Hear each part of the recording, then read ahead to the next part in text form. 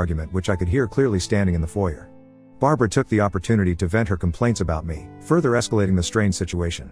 Thankfully, all our guests had left by this moment, so it was just me, my parents, Gary, and his parents. She angrily told him that she couldn't believe that I had the audacity to keep this pregnancy from her and that I did not consider family at all.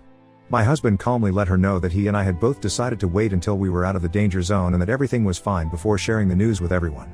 Hearing this, Barbara started yelling. This is how their conversation went. Barbara, this is our grandchild we're talking about. I deserve to know from the very beginning. Gary, Mom, it's not about deserving or not. It was a decision we made together. She just wanted to be cautious. Barbara, cautious? I am her mother-in-law. She should have trusted me with this. This is all her fault. This is when my husband lost his temper.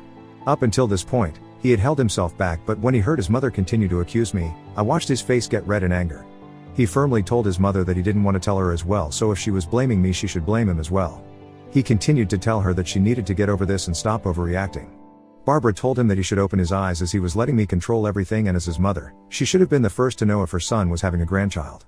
My husband stood his ground and asked her to stop attacking me and that he loved her, but she needed to leave and cool off before saying something she would later regret as Barbara stormed away, leaving my husband standing there, visibly frustrated and disappointed with his mother's reaction. I was unaware of the tears streaming down my face.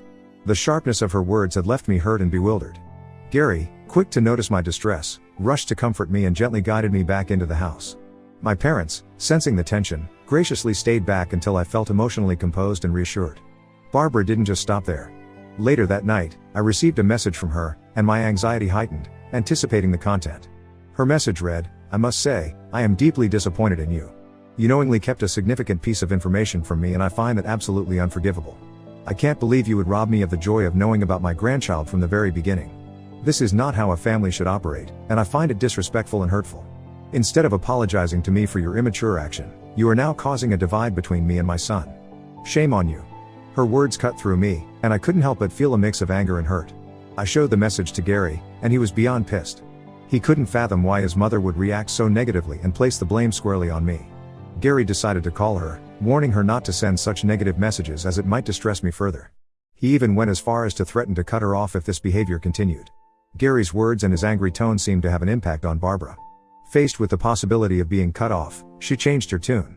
Instead of acknowledging her own role in the conflict, she proposed a solution. She claimed the only way she could forgive us for what she perceived as a slight was if we allowed her to throw us a baby shower. This sudden turn of events left us both surprised and skeptical about her motives.